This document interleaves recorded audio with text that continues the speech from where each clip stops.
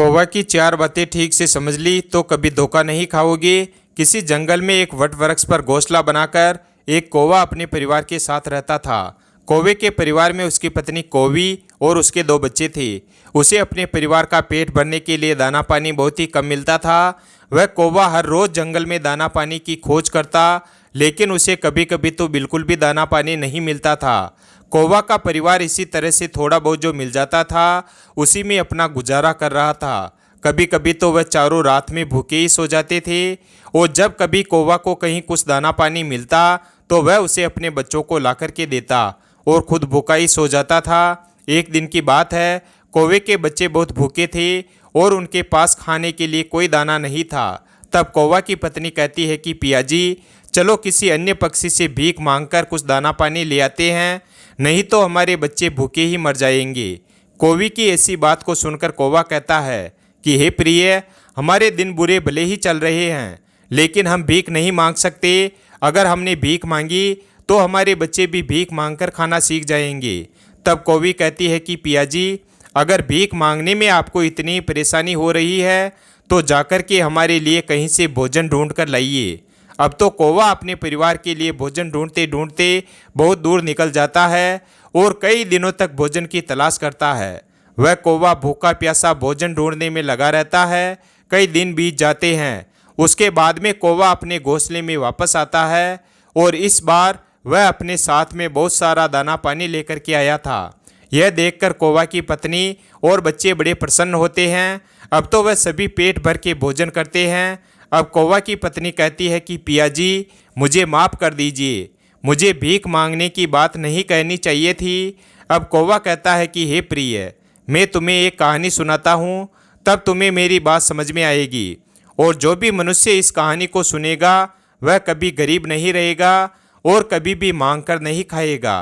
कौवा अपनी कहानी सुनाना प्रारंभ करता है और कहता है कि हे प्रिय, किसी शहर में एक निर्धन परिवार रहता था। उस परिवार में पति और पत्नी सिर्फ दो ही सदस्य थे। कच्चे घर में वह दोनों अपना गुजारा कर रहे थे। वह गरीब आदमी मजदूरी करके अपना और अपनी पत्नी का पेट पालता था। इसी तरह से दोनों के जीवन की गाड़ी चल रही थी। समय के साथ वह स्त्री गर्भवती हो जाती है। यह सुनकर उसका पति बहुत खुश होता है। वह सोचने लगता है कि अब हमारे घर में भी एक नन्हा सा पुत्र खेला करेगा, हम उसे गोद में खिलाया करेंगे। धीरे धीरे समय गुजरता है। अब उस गरीब के घर में धीरे धीरे वह दिन भी आ जाता है। अब उसकी पत्नी एक बच्चे को जन्म देने वाली थी। उसका पति उसे एक अस्पताल में भर्ती कराता है। प्रसव का समय जब निकट आता है तो इधर वह गरीब आदमी अपने होने वाले बच्चे को लेकर मन में सपने संजोता है। तब तक उसके पास यमराज का बुलावा आ जाता है। वह गरीब आदमी बाहर मेडिकल पर दवाई लेने जाता है, तभी दुर्घटना में उसकी मृत्यु हो जाती है। शहर के कुछ लोग इधर उस आदमी का अंतिम संस्कार करते हैं तो दूसरी तरफ उसकी स्त्री अस्पताल में अपने बच्चे को जन्म दे रही होती है। जब उस बेचारी को यह खबर मिलती है कि उसके पति की मृत्यु हो गई है तो उसका कलेजा फट जाता है। उस बेचारी का दुनिया में सिर्फ उसका पति ही तो था, अब वह भी उसे छोड़ करके चला गया था। अब तो वह सिसक सिसक कर रो पड़ती है और कहती है कि हे भगवान, यह तूने कैसा मेरे ऊपर दुखों का पहाड़ गिरा दिया। मेरा जो सहारा था उसे ही मुझसे छीन लिया। कम से कम इस बच्चे का तो ख्याल किया होता जिसका अभी जन्म भी नहीं हुआ है। पैदा होने से पहले ही तुमने उसके सिर से पिता का साया हटा दिया। अब कौन इस बच्चे का पालन पोषण करेगा। कौवा आगे कहता है कि हे प्रिय, वह दुखियारी अस्पताल में ही अपने पति को याद करके बुरी तरह से रो रही थी। उसे समझ में नहीं आ रहा था कि संतान के आने की खुशी व्यतीत करूं या पति के जाने का दुख। शहर के कुछ लोगों ने उसे समझाया कि बहन, जन्म मृत्यु सब विधाता के हाथ में होता है, इसमें मनुष्य का कोई जोर नहीं चलता है। यह भी कहा जाता है कि परमात्मा जो करता है वह अच्छा ही करता है, इसलिए जो चला गया उसका शोक छोड़ दीजिए और जो आया है उसके बारे में सोचिए। इधर कई तरीकों से लोग उस गरीब महिला को समझाते हैं। कुछ ही देर में उसने एक सुंदर से पुत्र को जन्म दिया। बेटे को देखकर उसका दुख कुछ हल्का होता है और वह सोचती है कि अब मैं इस पुत्र को पाल पोस कर बड़ा करूँगी, यही मेरा सहारा बनेगा। अब उसे अस्पताल से छुट्टी मिल जाती है तो वह अपने बच्चे को लेकर अपने घर आ जाती है। नगर के कुछ लोगों ने उस महिला की कुछ दिनों तक तो मदद करी, लेकिन कौन हमेशा मदद करता है। जब कुछ दिन बीते तो मददगार भी पीछे हट गए। अब तो वह अपने बच्चे को लेकर के बिल्कुल अकेली पड़ गई। अब वह समझ गई थी कि दूसरों की मदद से कितने दिनों तक जीवन जिया जा सकता है। यदि हमें जीना है और इस बच्चे को पालना है तो खुद जिम्मेदारी उठानी होगी और खुद को काम करना पड़ेगा। इस प्रकार वह महिला दूसरों के घरों में अपने लिए साफ सफाई का काम तलाश लेती है। काम करके जो पैसे मिलते थे उनसे वह अपना और अपने बच्चे का पेट पालने लगी। समय के साथ धीरे धीरे उसका पुत्र बड़ा होने लगता है। जब वह बालक 5 वर्ष का हो जाता है तो उसकी माँ उसे पढ़ने के लिए नगर के सरकारी विद्यालय में उसका दाखिला करा देती है। सोचा कि मैं अपने बच्चे को पढ़ा लिखा कर इस काबिल बना दूंगी कि उसे कभी किसी के आगे हाथ ना फैलाना पड़े। कौवा आगे कहता है कि हे प्रिय, मेहनती मनुष्य के लिए कोई लक्ष्य दूर नहीं होता है, पढ़े लिखे विद्वान के लिए कोई जगह विदेश नहीं होती और मीठा बोलने वाले के लिए कोई पराया नहीं होता है। अब इस प्रकार वह महिला मेहनत मजदूरी करके अपने बच्चे को पढ़ाने लगती है। बच्चा भी ठीक से समझता था कि उसके घर में केवल माँ ही है। परिवार का खर्च चलाने वाला उसका पिता उसके जन्म से पहले ही चला गया था, इसलिए वह पढ़ाई भी खूब मन लगाकर करता था। धीरे धीरे बच्चे की उम्र 12 वर्ष की हो जाती है। एक दिन की बात है, वह महिला बहुत बीमार पड़ जाती है। उसने सोचा कि कोई छोटी मोटी बीमारी होगी, इसलिए कभी उस पर ध्यान नहीं दिया, लेकिन उसकी हालत दिन ब दिन खराब होती चली गई। बीमार होने की वजह से वह काम पर भी नहीं जा पाती थी। घर में इतने पैसे नहीं थे कि कहीं अपना इलाज ठीक से करा लेती। माँ को अत्यंत बीमार देखकर बेटे को बहुत चिंता होती है। वह लड़का कहता है, माँ तुम चिंता मत करो, मैं तुम्हारे लिए अभी डॉक्टर के पास से दवाई लेकर आता हूँ, तुम उसे खा लेना, फिर तुम जल्दी ठीक हो जाओगी। अपने बेटे की बात सुनकर माँ की आंखें भर आती है। कहने लगती है, बेटा अब तुम्हें कहीं जाने की ज़रूरत नहीं है, मेरा भी अब समय आ गया है। मैं तुम्हारे पिता के पास जाना चाहती हूँ, लेकिन जाने से पहले तुम मेरी एक बात हमेशा याद रखना। जब तेरा जन्म नहीं हुआ था तब तेरे पिता ने और मैंने एक सपना देखा था कि हम अपने बच्चे को पढ़ा लिखा कर इतना काबिल बना देंगे कि उसे हमारी तरह गरीबी भरी जिंदगी ना जीनी पड़े। लेकिन बेटा मैं उस सपने को पूरा नहीं कर पाई। बेटा मैं यदि चली भी जाऊं तो तुम अपने पिता के सपने को जरूर साकार करना। तुम ऐसा कोई काम मत करना जिससे तुम्हारे पिता का नाम खराब हो। तुम इस प्रकार से अपना जीवन जीना कि तुम्हारा नाम दूर दूर तक लोग जान जाए। बेटा कभी भी पैसे के पीछे मत भागना। पैसे के लिए तो लोग इतने नीचे गिर जाते हैं कि अपने माता पिता की इज्जत का भी ख्याल नहीं करते हैं। तुम हमेशा अपना नाम कमाना, हमेशा स्वाभिमानी बनकर जीना। कभी किसी के आगे अपने हाथ मत फैलाना, किसी से याचना मत करना। याचना नहीं करना ही श्रेष्ठता का मूल है, पराधीनता ही नरक है। मनुष्य को सदा ही विद्या, धन, बल, कीर्ति और पुण्य कमाना चाहिए। लड़के ने कहा, माँ तुम घबराओ मत, मैं तुम्हारे लिए अभी दवाई लेकर आता हूँ। और इतना कहकर वह लड़का 50 रुपये लेकर दवा लेने के लिए चला जाता है। बेटे के जाते ही इधर उस गरीब औरत के प्राण निकल जाते हैं। जब नगर वालों को पता चलता है तो वह सब लोग इकट्ठे होकर उस औरत का उसके बेटे के हाथों अंतिम संस्कार कराते हैं। अब तो वह लड़का बिल्कुल अकेला हो गया था, बिना माता पिता का बेटा, उम्र भी ज़्यादा नहीं थी। आखिर जाए तो कहाँ जाए, करे तो क्या करे। दूर के जो रिश्तेदार थे उन्होंने भी उस लड़के पर ध्यान नहीं दिया। आखिर वह गरीब जो था, लेकिन वह लड़का अकेला ही अपने जीवन की राह पर चल देता है। उसने कभी हार नहीं मानी। जो पैसे माँ छोड़ गई थी, कुछ दिन तक तो उन पैसों से अपना गुजारा चलता रहा। कुछ दिन के बाद वह पैसे खत्म हो जाते हैं। घर में भी कुछ नहीं था। अब तो एक ही चारा था कि कुछ काम धंधा किया जाए, तभी भोजन की व्यवस्था होगी, तभी स्कूल की फीस भरी जाएगी। कौवा आगे कहता है कि हे प्रिय, लड़के को अपनी माँ की बात अच्छी तरह से याद थी। उसकी माँ ने कहा था कि बेटा कितना भी बुरा वक्त आ जाए पर किसी के आगे हाथ मत फैलाना, मेहनत करके ही अपना जीवन यापन करना। लड़के को अपनी माँ की यह बात अच्छी तरह से याद थी, इसलिए वह कभी किसी के आगे भीख नहीं मांगता था। विद्यालय से आने के बाद वह किसी के खेतों में काम करने चला जाता तो कभी किसी की चाय की दुकान पर काम कर लेता और वहाँ से जो पैसे मिलते थे उनसे अपने विद्यालय की फीस भर देता था और अपने खाने पीने का सामान खरीद लेता था। इस प्रकार छोटी सी आयु में वह लड़का पढ़ाई भी करता था और मजदूरी भी करता था। धीरे धीरे कुछ साल ऐसे ही निकल जाते हैं। बच्चा अब अपने नगर से निकलकर कस्बे में पढ़ने लगता है। तब उसकी कॉपी किताबों का और विद्यालय की फीस का खर्चा बढ़ जाता है। लेकिन उस लड़के ने हिम्मत नहीं हारी। रोजाना विद्यालय जाता था। वह जो भी कमाता था उसकी सारी कमाई पढ़ने लिखने में ही लग जाती थी और जो कुछ थोड़ा बहुत बचता था उससे अपना पेट भर लेता था। अगर वह कहीं कोई स्थायी काम करता तो उसकी पढ़ाई छूट जाती थी और पढ़ाई करता तो पेट भरने के लिए भी कुछ नहीं था, इसलिए साथ ही साथ वह दोनों काम करता था। विद्यालय से आकर वह काम करने चला जाता था।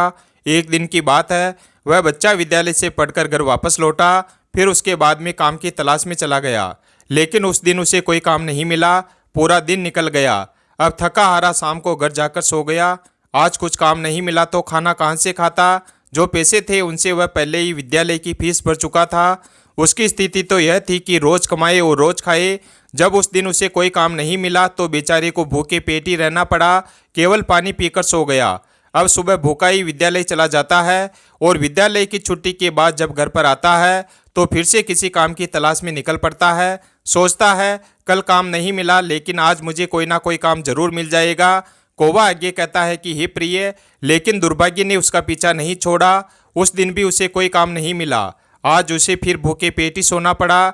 भूख अब उसे ज़्यादा बेचैन कर रही थी। तो एक बार तो उसके दिमाग में आता है कि रोज़ रोज़ भूखे पेट तो काम नहीं चलेगा। अब तो मैं किसी से कुछ मांग कर खा लेता हूँ। पर माँ ने मरते समय मुझसे कहा था कि बेटा कभी भीख मांग कर मत खाना, हमेशा कमा करके ही खाना। लड़का भी बड़ा स्वाभिमानी था, किसी से मांगने की उसकी हिम्मत नहीं हुई। सोचता था चाहे कुछ भी हो जाए पर भीख मांग करके नहीं खाऊंगा। अगर मैंने भीख मांगना शुरू कर दिया तो लोग मुझे भिखारी कहने लगेंगे। भगवान ने पेट दिया है तो कहीं ना कहीं से इसके लिए भोजन भी देगा। अब लड़का उस दिन भी भूखा ही रहता है। सुबह जब सोकर उठता है तो भूख के मारे चक्कर आने लगते हैं। अभी उसकी उम्र ही कितनी थी, भूख की मार वह कैसे सहन कर सकता था। कुछ बड़ा होता तो 2-4 दिन काट भी लेता। अब आज वह विद्यालय भी नहीं गया। उसने सोचा आज मैं सुबह से ही काम पर जाता हूँ, काम मिल जाएगा तो भोजन कर लूँगा, फिर अगले दिन के लिए तैयार हो जाऊँगा। अब तो काम की तलाश में वह इधर उधर भटकता है। उसकी आंखों के सामने अंधेरा छा रहा था। अब तो उससे चला भी नहीं जा रहा था। फिर एक पेड़ के नीचे बैठकर सोचने लगता है कि अगर इस समय मुझे भोजन नहीं मिला तो मेरे प्राण निकल जाएंगे, मुझे कुछ ना कुछ तो करना ही पड़ेगा। अब एक बार फिर से उसके मन में भीख मांगने का विचार आता है, लेकिन उसकी अंतरात्मा फिर मना कर देती है कि तू गरीब है, भिखारी नहीं। भीख मांगेगा तो फिर भीख मांगने की आदत पड़ जाएगी और तू भिखारी बन जाएगा। काफ़ी देर तक लड़का इन्हीं प्रश्नों में उलझा रहता है। फिर उसके दिमाग में आया कि भीख मांगना अलग बात है और मदद मांगना अलग बात है। मैं किसी से भीख नहीं मांगूंगा पर मदद तो मांग सकता हूँ। भीख मांगना तो वह है जो मांगकर फिर लौटाया नहीं जाता, पर मदद मांगना वह है जो आप कभी भी लौटा सकते हैं। लड़के ने सोचा कि मैं आज किसी से मदद मांग लेता हूँ, जब मुझे काम मिल जाएगा तो मैं वापस लौटा दूंगा। अब तो लड़का वहाँ से चलता है तो उसे नगर के बाहर एक बड़ा सा घर दिखाई देता है। लड़का उस घर पर जाकर दरवाज़ा खटखटाता है। तब घर के अंदर से एक महिला निकलती है। महिला ने द्वार पर देखा कि एक 12 वर्ष का बड़ा ही उदास सा मासूम लड़का खड़ा है।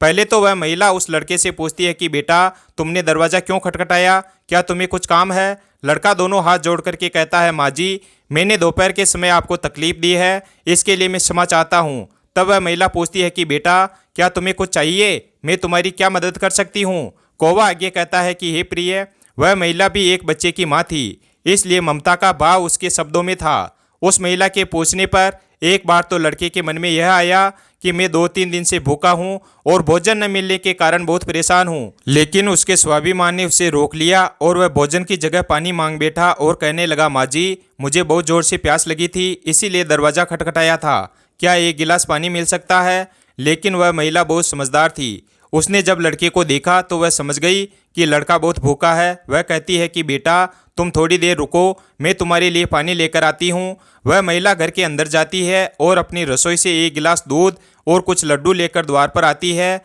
और दूध से भरा गिलास उस लड़के को दे देती है। लड़के ने जब गिलास को पकड़ा तो उसमें दूध था। दूध को देखकर लड़का खुश हो जाता है। लड़का मन ही मन उस माँ को दुआएं देने लगता है। महिला ने उसे पहले लड्डू खाने को दिए और कहा बेटा दूध गर्म है, तुम पहले लड्डू खा लो, जब दूध ठंडा हो जाए तब पी लेना। लड़का जब उस महिला को देखता है तो उसे ऐसा लगता है जैसे उसकी ही माँ ने उसे यह दूध पीने को दे रही है। मन ही मन सोचता है कितनी अच्छी माँ है, मैंने एक गिलास पानी मांगा था और यह दूध ले आई। उसने समझ लिया कि मैं भूखा हूँ। लड़का आराम से बैठकर लड्डू खाता है और दूध पीता है। तब वह औरत कहती है कि बेटा क्या तुम्हें और कुछ चाहिए। लड़का सोचने लगता है कि इस दूध के बदले में मैं इस माँ को क्या दे सकता हूँ, मेरे पास तो कुछ भी नहीं है। दूध पीने के बाद लड़का कहता है, माँ जी मैंने आपसे पानी मांगा था और आपने मुझे दूध पिलाया, इसके बदले में मैं आपको क्या दे सकता हूँ। महिला ने कहा, बेटा मैंने तुम्हें दूध इसलिए नहीं पिलाया ताकि तुमसे बदले में कुछ ले सकूँ। महिला कहने लगी, बेटा तुम्हारा चेहरा देखकर लग रहा था कि तुम बहुत भूखे हो, तो मैंने सोचा कि पानी क्या पिलाया जाए, दूध ही पिला देती हूँ, इसलिए मैं तुम्हारे लिए दूध ले आई। लड़के ने फिर कहा, नहीं माँ जी आप इसके बदले में मुझसे कुछ ज़रूर मांगिए, मैं आपको अपनी हैसियत के हिसाब से कुछ ज़रूर दूंगा। लड़के की बात सुनकर महिला सोचती है कि यह लड़का बड़ा स्वाभिमानी है, वह लड़का बार बार उससे मांगने की बात करता है, तो वह महिला उसका मन रखने के लिए कह देती है कि बेटा मैंने यह दूध पिलाकर तुम पर कोई एहसान नहीं किया है, फिर भी यदि तुम मुझे कुछ देना ही चाहते हो तो बेटा तुम मुझे एक वचन दो कि जिस प्रकार आज मैंने तुम्हारी मदद की है उसी प्रकार तुम भी जब कभी मदद करने लायक बन जाओ तो किसी ज़रूरतमंद की मदद कर देना। जिस दिन तुम किसी ज़रूरतमंद की मदद कर दोगे उसी दिन तुम मेरे इस एहसान से मुक्त हो जाओगे। उस महिला ने यह बात इसलिए कही थी ताकि वह लड़का अपने आप को मजबूर ना समझे और खुशी खुशी अपने घर को जा सके। वह लड़का उस बात को अपने दिमाग में बिठा लेता है और वह उस महिला के पैर छूकर काम की तलाश में आगे को चला जाता है। और इस प्रकार धीरे धीरे कई दिन बीत जाते हैं। जिस विद्यालय में वह पढ़ता था उसी विद्यालय में उस महिला का बेटा भी पढ़ता था जिसने उसे दूध पिलाया था। एक दिन वह महिला अपने बच्चे को विद्यालय में छोड़ने जाती है तो उसने देखा कि विद्यालय में वह लड़का भी पढ़ रहा था। वह महिला उस लड़के को पहचान लेती है। उसने विद्यालय के अध्यापक से जाकर पूछा कि वह लड़का कौन है, तो अध्यापक ने उसे बताया कि उस लड़के का नाम मोहन है और वह बिना माता पिता का बेटा है। छोटी सी आयु में ही उसके माता पिता गुजर गए थे।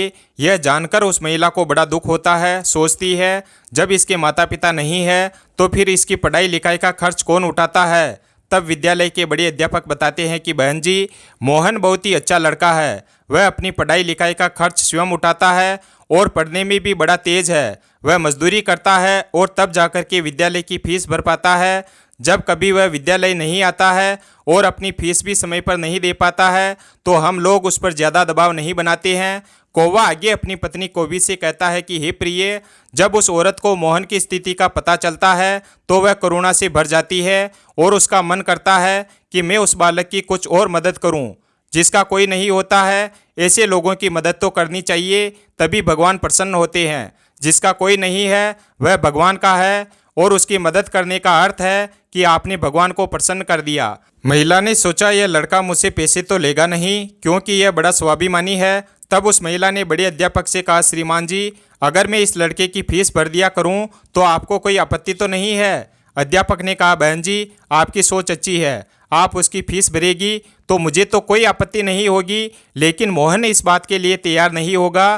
तब वह महिला कहती है, अध्यापक जी मैं उस बच्चे की मदद करना चाहती हूँ, आप किसी तरह से मोहन को समझा देना, उससे कह देना कि आपकी स्थिति को देखते हुए सरकार ने आपकी फीस माफ़ कर दी है, तुम्हें फीस भरने की कोई ज़रूरत नहीं है। अध्यापक इस बात से सहमत हो जाते हैं। वह महिला मोहन की पूरे साल की फीस भरकर अपने घर चली जाती है। इस तरह वह हर साल उसके पूरे साल की फीस जमा कर दिया करती थी ताकि मोहन सिर्फ मन लगाकर पढ़ सके। अब तो मोहन पूरा मन लगाकर पढ़ता था और अपने खाने पीने के लिए किसी दुकान पर काम कर देता था।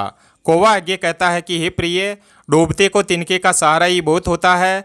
उस महिला के थोड़े से प्रयास से मोहन की अच्छी खासी मदद हो गई। अब वह खूब मन लगाकर पढ़ता था। इसी तरह कुछ साल और बीत गए। अब आगे की पढ़ाई करने के लिए मोहन को शहर में जाना पड़ा। सोचा शहर में रहकर मैं कोई छोटी मोटी नौकरी कर लूँगा और अपनी पढ़ाई भी करता रहूँगा।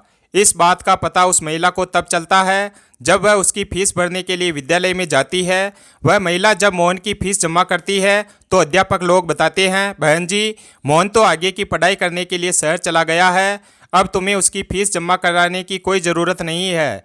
उस महिला ने जब यह सुना तो सोचने लगी, कोई बात नहीं, भगवान ने मुझे उसकी मदद करने का इतना ही समय दिया होगा। हे भगवान उस लड़के पर दया दृष्टि बनाए रखना, वह जहाँ भी रहे खुश रहे। इस प्रकार वह औरत अपने घर लौट आई और अपने घर गृहस्थी की दुनिया में व्यस्त हो गई। उधर मोहन शहर में जाकर अपनी पढ़ाई करने लगा। खर्च चलाने के लिए उसने एक नौकरी की तलाश कर ली। इस प्रकार 25 साल बीत जाते हैं। ना तो मोहन कभी उस महिला से मिल पाता है और ना वह महिला कभी मोहन से मिलती है। उस महिला का बेटा भी अब बड़ा हो गया था। उसका बेटा एक व्यापारी बन गया था। वह औरत तो पहले से ही अपने घर से संपन्न थी, ऊपर से उसका बेटा व्यापार करके खूब धन कमाता था। उस माँ का बेटा भी बड़ा संस्कारी था। वह भी अपनी माँ को बहुत प्यार करता था। कौवा आगे अपनी पत्नी से कहता है कि हे प्रिय, एक दिन उसकी माँ बहुत बीमार पड़ जाती है। शाम को जब उसका बेटा घर आता है तो वह अपनी माँ की हालत को देखकर बेचैन हो जाता है। वह अपनी माँ को अस्पताल में भर्ती कराता है। जांच में पता चलता है कि उसकी माँ को कैंसर है। वह लड़का डॉक्टर से कहता है कि डॉक्टर साहब, आप मेरी माँ का अच्छे से इलाज कीजिए, पैसों की बिल्कुल चिंता मत करना। तब डॉक्टर कहते हैं, भाई तुम्हारी माँ को कैंसर की बीमारी है और कैंसर का इलाज बहुत महंगा होता है। छोटे मोटे अस्पतालों में इसका इलाज भी नहीं होता है। इसके लिए तुम्हें किसी बड़े शहर में जाकर के किसी बड़े अस्पताल में इसका इलाज कराना होगा, और बड़े अस्पताल का मतलब है कि खर्चा भी बहुत अधिक होगा। बेटे ने कहा, डॉक्टर साहब, मैं अपनी माँ को ठीक कराने के लिए कुछ भी कर सकता हूँ। आप मुझे बस कोई रास्ता बताइए, मैं अपनी माँ का इलाज कहाँ करा सकता हूँ। तब डॉक्टर उसे बड़े शहर जाने की सलाह देते हैं। डॉक्टर बोला, बड़े शहर में कैंसर का हॉस्पिटल है, यदि वहाँ का इलाज तुमने पूरा कर लिया तो तुम्हारी माँ इस रोग से बच सकती है, नहीं तो तुम्हारी माँ के प्राण संकट में पड़ सकते हैं। यह सुनकर लड़का घबरा जाता है।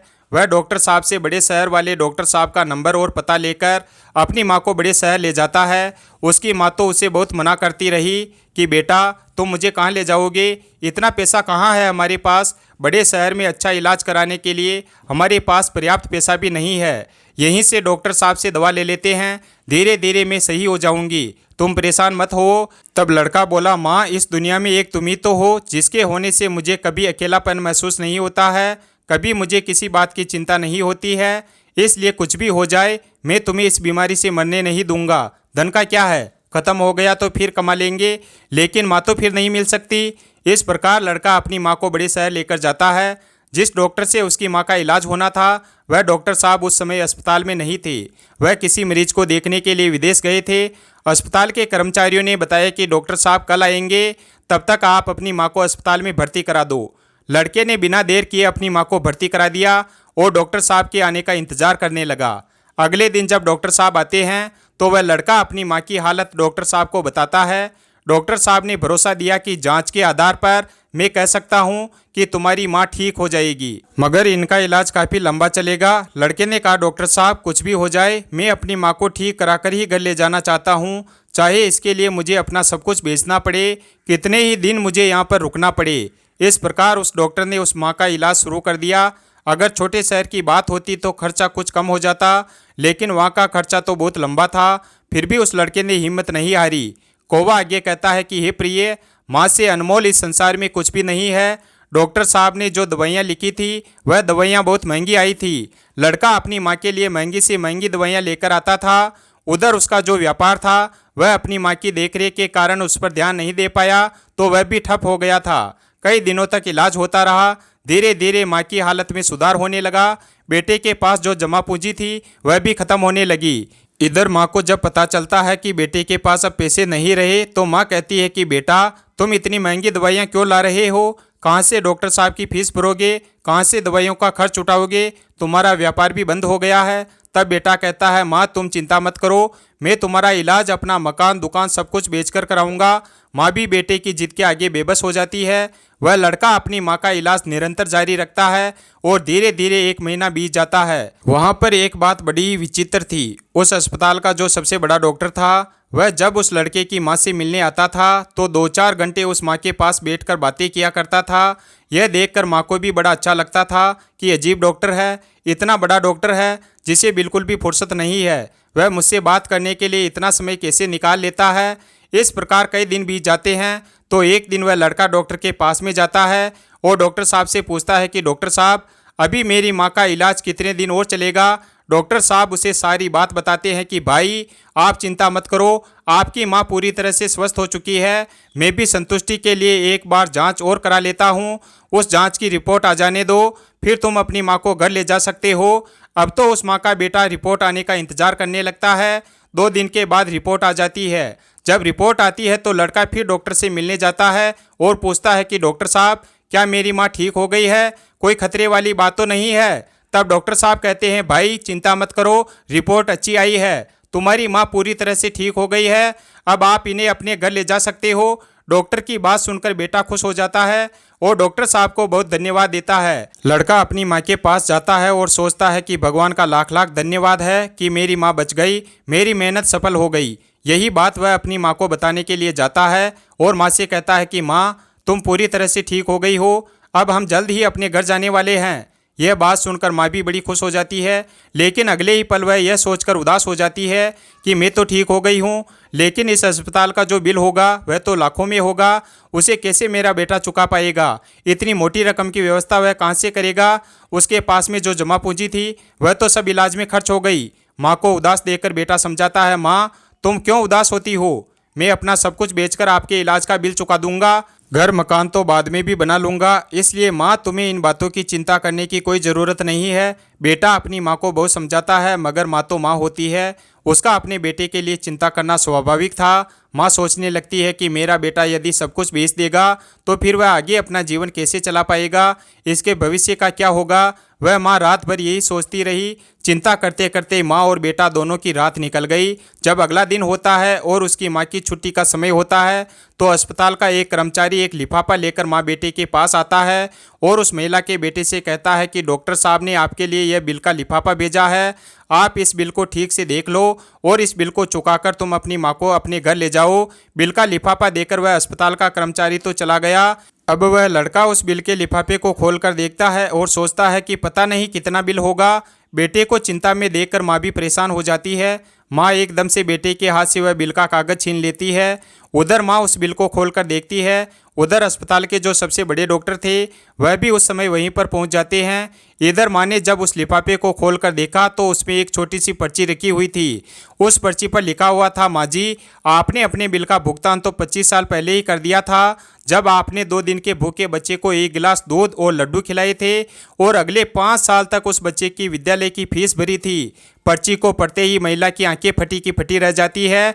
जब उस माँ से बेटा पूछता है, माँ डॉक्टर साहब ने कितना बिल दिया है, तो वह माँ उस पर्ची को अपने बेटे को देती है। बेटा जब उसे पढ़ता है तो वह भी हैरान रह जाता है। लड़का अपनी माँ से पूछता है कि माँ क्या तुम डॉक्टर साहब को पहले से ही जानती हो? डॉक्टर साहब से तुम्हारी जान पहचान कब हुई थी? तब माँ कहती है, बेटा मैं इन्हें पहले से नहीं जानती हूँ, अभी पता चला है। बेटे ने पूछा, फिर इसमें 25 साल पहले की घटना क्यों लिखी है? तब माँ कहती है, बेटा 25 साल पहले जब तुम बहुत छोटे थे तब तुम्हारी उम्र का एक छोटा सा लड़का भरी दोपहरी में हमारे घर के द्वार पर आया था।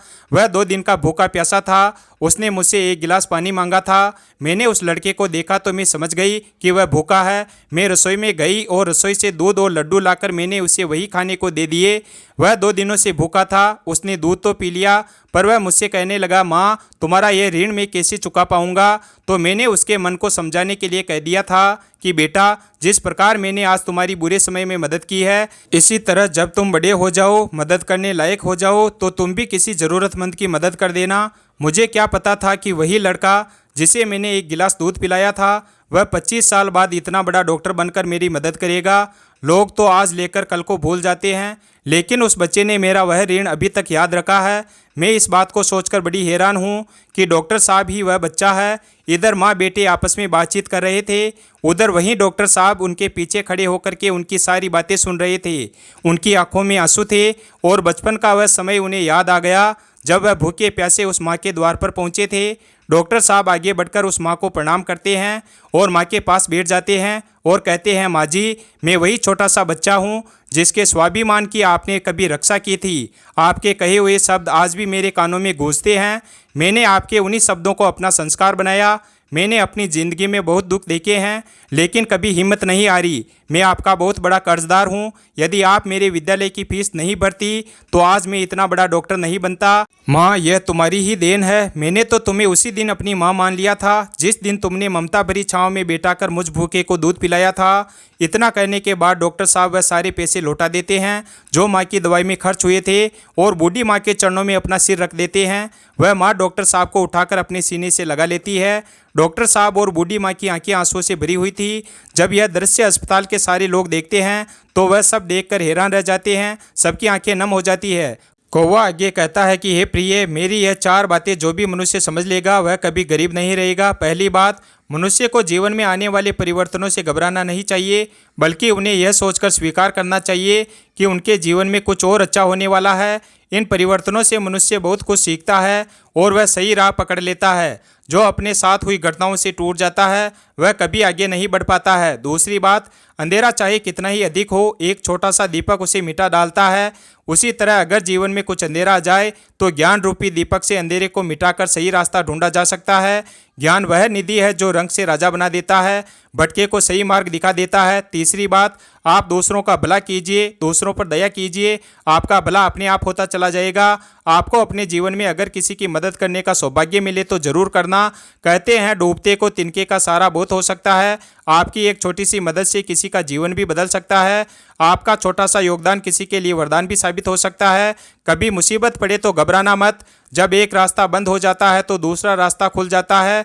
जीवन में निखार तभी आता है जब मनुष्य दुख और मुसीबत की भट्टी में तपता है। कष्ट सहन करने के बाद ही मनुष्य को अनुभव मिलता है और यह अनुभव बहुत काम आता है। चौथी बात, मनुष्य के दिन चाहे कैसे भी हो, चाहे कितनी भी कठिनाइयाँ उसके जीवन में आए, परंतु कभी भीख मांगकर खाना नहीं चाहिए।